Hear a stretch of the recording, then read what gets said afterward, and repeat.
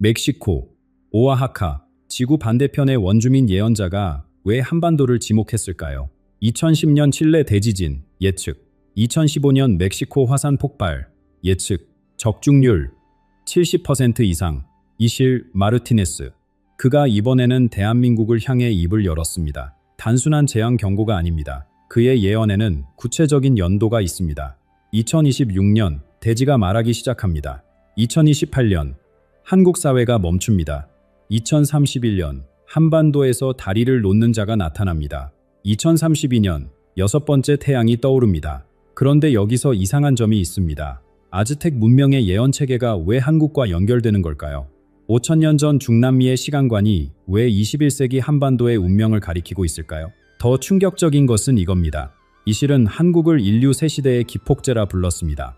상처 입은 나라가 세계를 치유한다. 분단된 땅에서 통합의 빛이 시작된다. 믿기 어려우시죠? 저도 처음엔 그랬습니다. 그러나 그의 예언을 하나씩 살펴보면 소름 돋는 연결고리가 보이기 시작합니다. 오늘 영상에서 모두 보여드리겠습니다. 끝까지 함께해 주십시오. 이 예언의 중심에는 여러분의 선택이 있습니다. 먼저 이 예언자가 누구인지부터 알아야 합니다. 이실 마르티네스. 이 이름을 처음 들어보시는 분들이 많을 겁니다. 그는 유명해지길 원하지 않았습니다. 텔레비전에 나오지 않습니다. 강연회를 열지 않습니다. 멕시코 남부 오아하카의 작은 마을에서 조용히 블로그에 글을 올릴 뿐입니다. 그런데 이 사람의 글이 전 세계 영성계를 뒤흔들고 있습니다. 이유는 단 하나, 그의 예언이 맞아떨어지기 때문입니다. 2010년 칠레 대지진, 규모 8.8, 수십만 명의 이재민이 발생했습니다. 이실은 이 지진을 수개월 전에 자신의 블로그에 기록해 두었습니다. 당시에는 아무도 주목하지 않았습니다. 2015년 멕시코 화산 폭발, 다시 한번 그의 블로그에는 이미 경고가 적혀 있었습니다. 우연이라고요. 한 번은 우연일 수 있습니다. 두 번은 의심스럽습니다. 그런데 그의 적중률이 70%를 넘는다면요. 이실의 능력은 어디서 왔을까요? 그의 할머니는 마을에서 보는 사람으로 불렸습니다. 병을 고치고 꿈을 해석하고 대지의 소리를 듣는 여인이었습니다. 어린 이실은 할머니 곁에서 자랐습니다. 밤하늘의 별이 전하는 이야기, 바람결에 실린 조상들의 목소리, 대지가 품은 기억을 읽는 법을 배웠습니다. 이것은 미신이 아닙니다. 수천 년간 이어져 온 지혜의 전승입니다. 이실의 예언을 이해하려면 아즈텍 문명의 시간관을 알아야 합니다. 아즈텍인들은 우주가 5번의 태양 시대를 거친다고 믿었습니다. 지금 우리가 사는 시대는 5번째 태양, 올린 토나티우입니다. 우리말로 하면 움직이는 태양입니다. 이 시대의 특징이 있습니다. 끝이 흔들림으로 온다는 것입니다.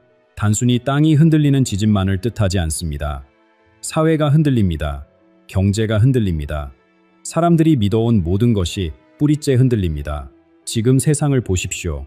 이미 흔들리고 있지 않습니까? 그런데 여기서 중요한 게 있습니다. 아즈텍의 끝은 서양식 종말론과 다릅니다. 그들에게 끝은 파멸이 아닙니다. 새로운 시작을 위한 필수 조건입니다.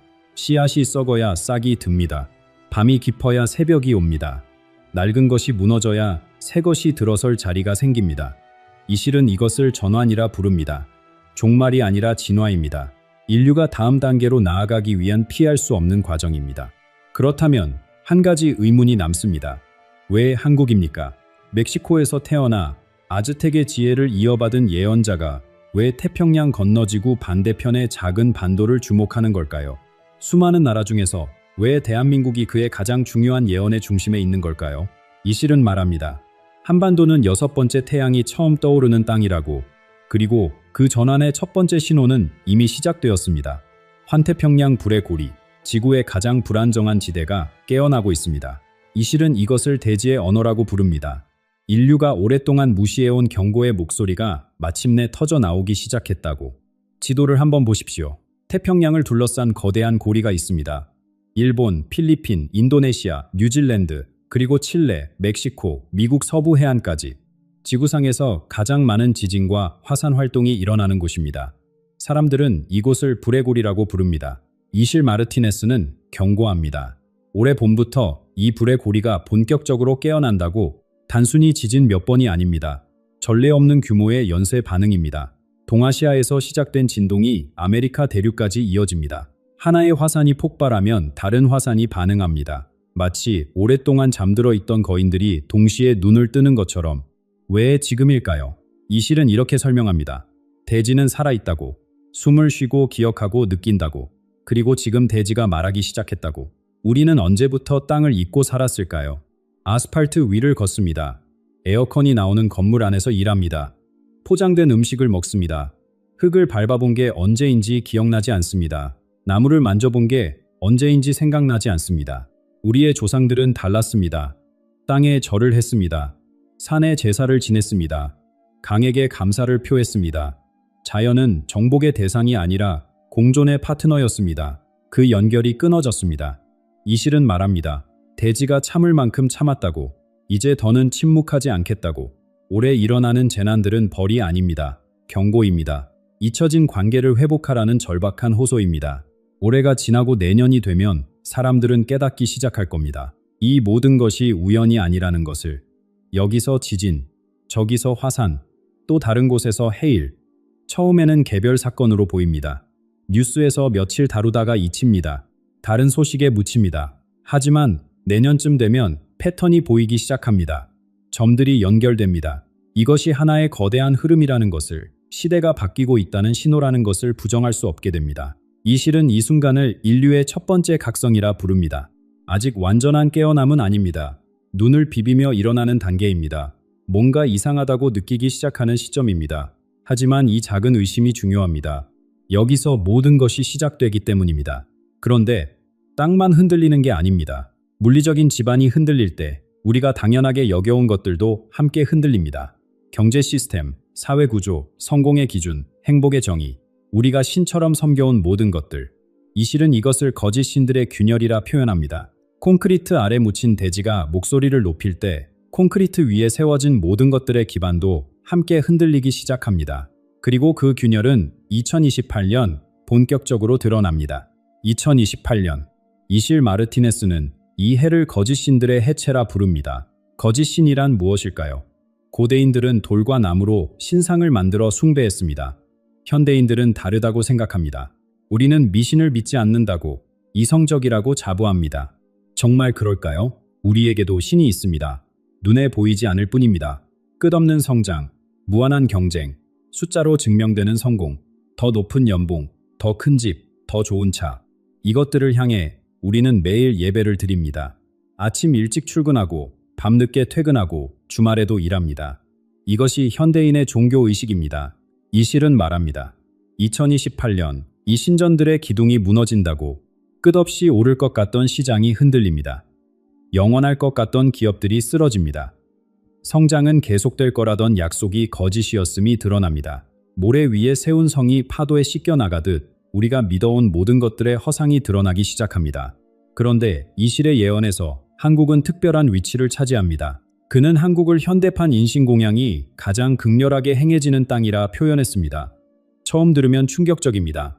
하지만 가만히 생각해 보십시오. 고대 문명에서는 신에게 사람의 생명을 바쳤습니다.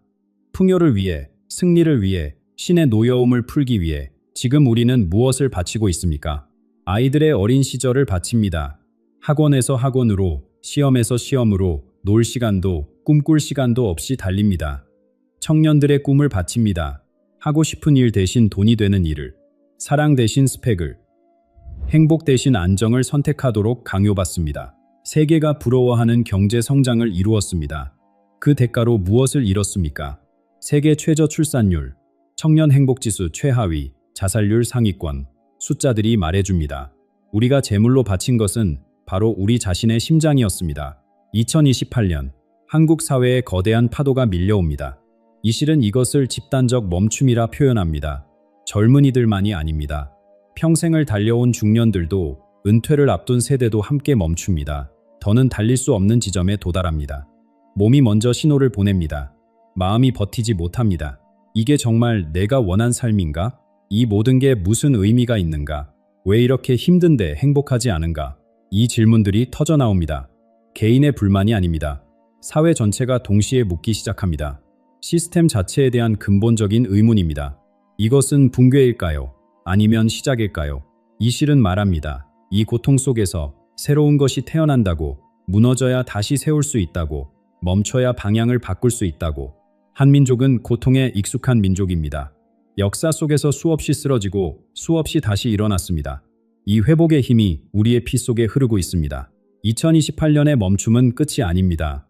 2029년, 이실이 대각성이라 부르는 시간으로 가는 관문입니다. 어둠이 가장 짙어지는 순간이 새벽 직전입니다. 그리고 그 새벽과 함께 한반도의 특별한 존재가 모습을 드러내기 시작합니다.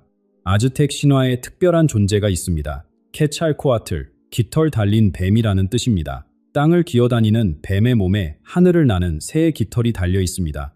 이상한 조합입니다. 하지만 이 형상 속에 깊은 의미가 담겨 있습니다. 뱀은 땅을 상징합니다. 물질의 세계, 육체, 현실입니다. 깃털은 하늘을 상징합니다. 영혼의 세계, 정신, 이상입니다. 케찰코아틀은 이 둘의 결합입니다. 땅에 발을 딛고 서면서도 하늘을 향해 날아오르는 존재, 물질과 영혼이 하나로 어우러진 상태입니다. 이실 마르티네스는 말합니다. 케찰코아틀이 돌아온다고. 하지만 오해하지 마십시오. 하늘에서 신이 내려온다는 이야기가 아닙니다. 케찰코아틀의 귀환은 인류의식의 대전환을 의미합니다. 물질만 추구하던 시대가 끝나고 영혼과 물질이 균형을 이루는 새로운 시대가 열린다는 뜻입니다. 그리고 이실의 예언 중 가장 구체적인 부분이 바로 여기서 등장합니다. 한반도에 한 사람이 나타납니다. 30에서 40 사이의 평범한 사람입니다. 대통령이 아닙니다. 재벌 총수도 아닙니다. 유명 연예인도 종교 지도자도 아닙니다. 어떤 직함도 어떤 권력도 갖고 있지 않습니다. 그냥 우리 옆집에 살 법한 보통 사람입니다. 하지만 이 사람의 가슴 속에는 불꽃이 있습니다. 이실은 이 사람을 다리를 놓는 자라고 부릅니다. 2031년 이 사람이 세상에 알려지기 시작합니다. 그가 하는 일은 단순합니다. 나누어진 것을 잇는 것입니다. 갈라진 마음들 사이에 다리를 놓는 것입니다. 그의 메시지도 단순합니다. 우리는 언제나 하나였습니다. 70년이 넘는 분단, 남과 북으로 갈라진 땅, 서로를 적으로 여기도록 교육받은 세월. 하지만 그 모든 것 아래에 같은 조상의 피가 흐르고 있습니다. 같은 언어로 꿈을 꾸고 있습니다. 같은 노래를 부르며 자랐습니다. 갈라진 것은 땅이 아니었습니다. 마음이었습니다. 다리를 놓는 자는 정치적 통일을 외치지 않습니다. 그것은 그의 영역이 아닙니다. 그는 더 깊은 곳을 봅니다. 마음의 통일입니다. 한을 풀어내는 일입니다. 서로를 향한 두려움과 미움을 녹여내는 일입니다. 정치인들이 회담을 하기 전에 먼저 사람들의 마음이 열려야 합니다. 국경선이 사라지기 전에 먼저 마음속의 경계선이 허물어져야 합니다. 다리를 놓는 자는 바로 그 첫 번째 돌을 놓는 사람입니다. 잠시 생각해 보십시오. 혹시 그 사람이 여러분 자신일 수도 있지 않을까요? 예언은 한 명의 영웅을 말하지만 다리는 혼자 놓는 게 아닙니다. 수많은 손이 함께 만들어갑니다.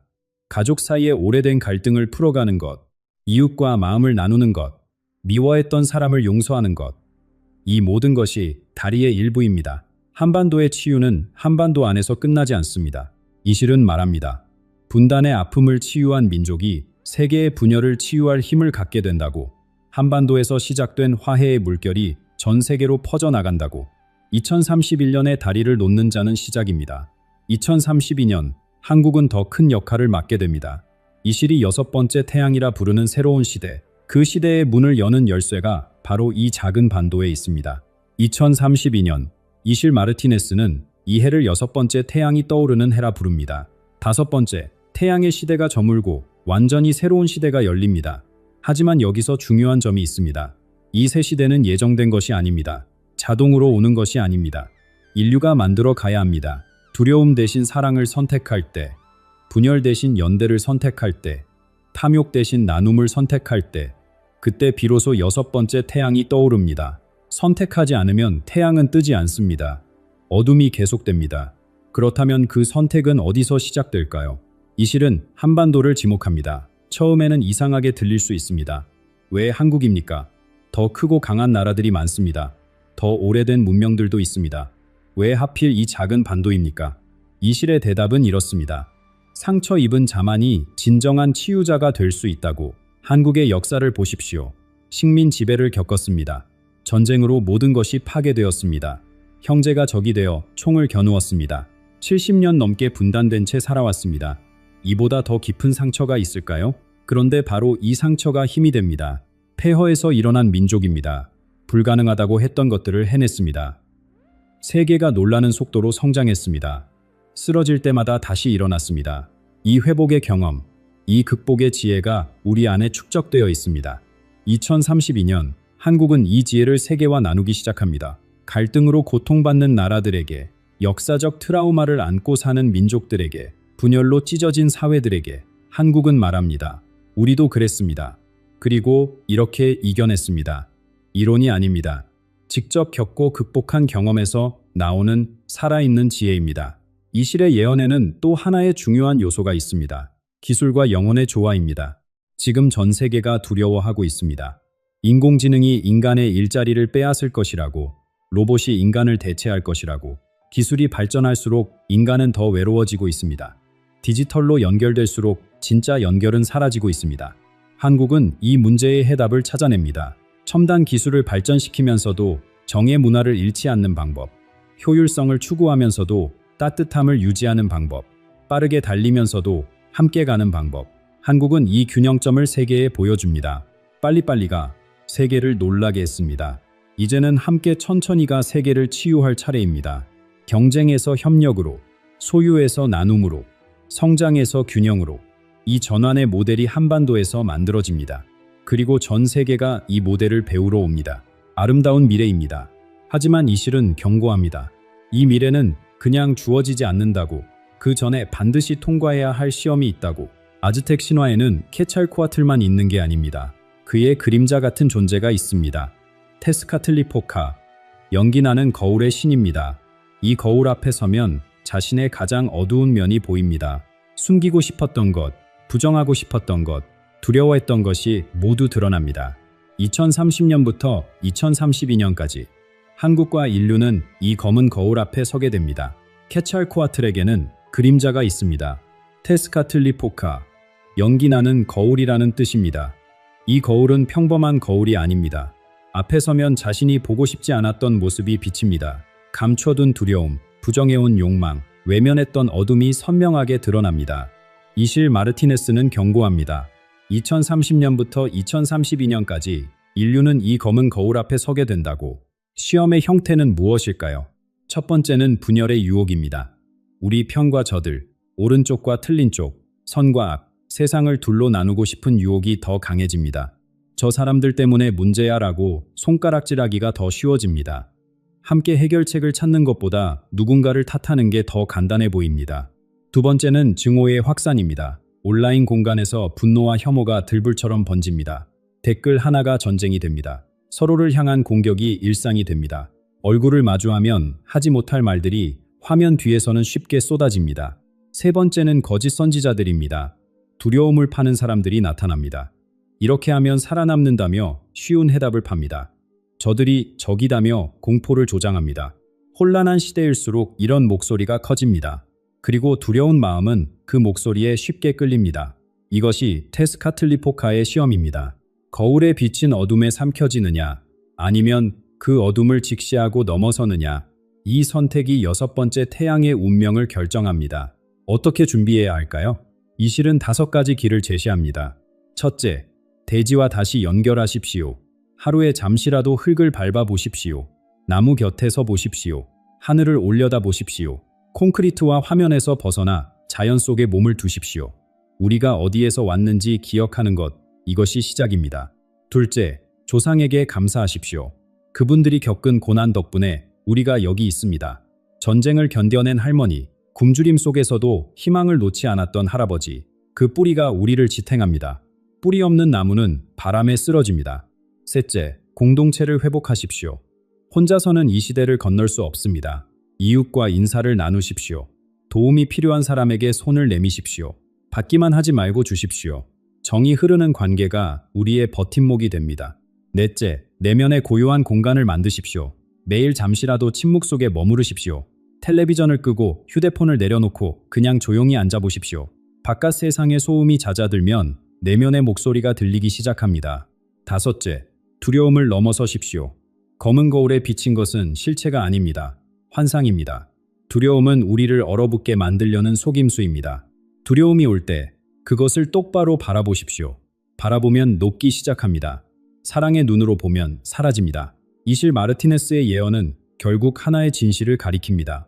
미래는 정해져 있지 않습니다. 예언은 지도일 뿐입니다. 어느 길로 갈지는 우리가 선택합니다.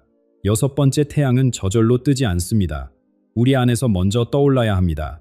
한 사람 한 사람의 가슴 속에서 새벽이 시작되어야 합니다. 한반도에서 시작되는 이각성, 그것은 거창한 사건이 아닙니다. 조용한 혁명입니다.